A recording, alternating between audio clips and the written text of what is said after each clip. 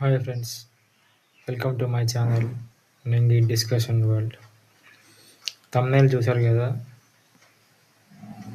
సమాజం మోసగించే వాళ్ళని ఎందుకు దగ్గర తీసుకుంటుంది, మంచి వాళ్ళని ఎందుకు దూరం పెడుతుంది? ఈ విషయం ఏందో నాకు ఇంతవరకు అసలు అర్థమే కావట్లేదు.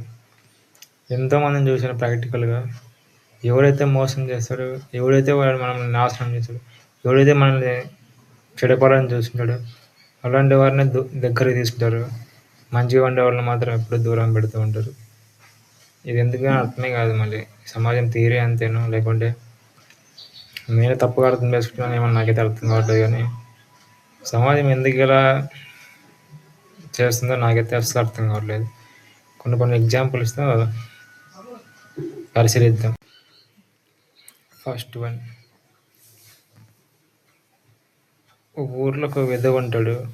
వాడు ఎంతోమంది ఆడవాళ్ళతో అక్రమ సంబంధాలు పెట్టుకొని ఏదో చెడ్డ పనులు చేసి చాలాసార్లు దెబ్బలు కూడా తింటాడు.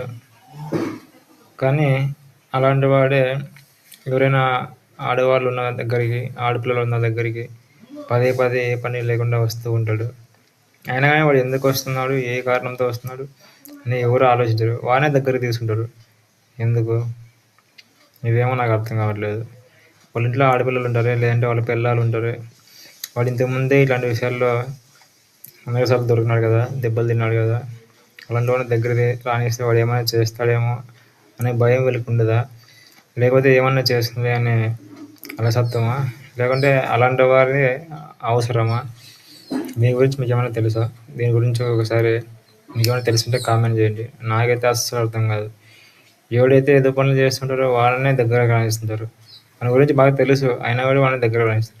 వాడు ఏం చేయడనే ధీమానా, లేకపోతే చేస్తే చేస్తుండే అనే అహంకారమా, లేకపోతే వాళ్ళకి కావాల్సింది కూడా చెడుతనమేనా?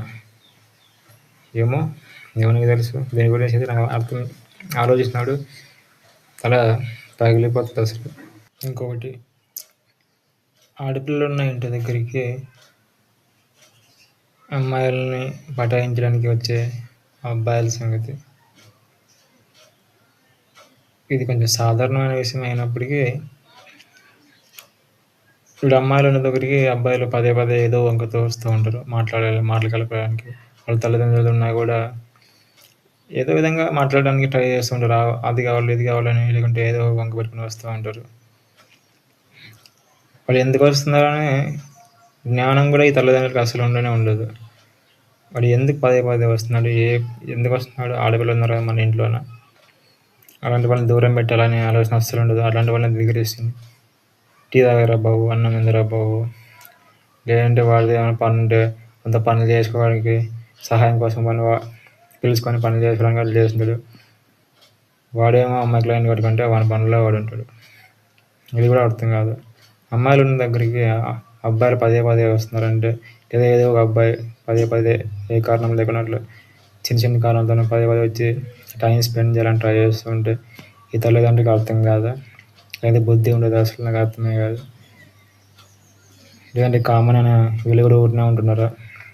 దీనిపై కూడా నాకు అసలు అర్థం కాదు.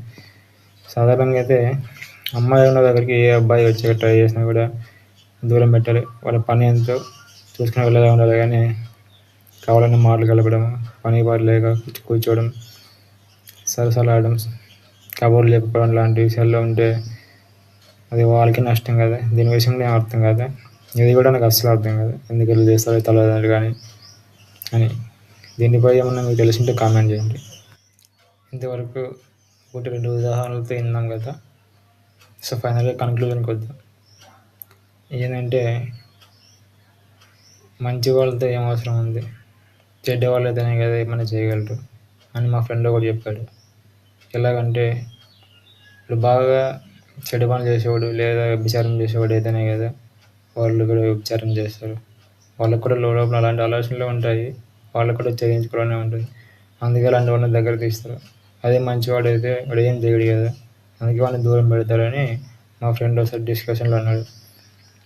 నిజమేనేమో. మంచివాడైతే ఏం చేస్తాడు? వాడు ఏం చేయడు కాబట్టి వాడితో ఏం పని లేదు. అదే అన్నీ చేయగలిగిన వాడైతే ఏమైనా చేయగలడు కాబట్టి వాడిని దగ్గరికి తీసుకొని వాడిని చేరదీస్తారేమో అని నాకు అనిపిస్తుంది. ఇది నా అభిప్రాయం మాత్రమే. ఇది నిజమో కాదో నాకైతే తెలియదు. మీ అభిప్రాయాన్ని తెలియజేయండి. ఛానల్ సబ్స్క్రైబ్ చేయండి, లైక్ చేయండి, కామెంట్ చేయండి. Bye bye.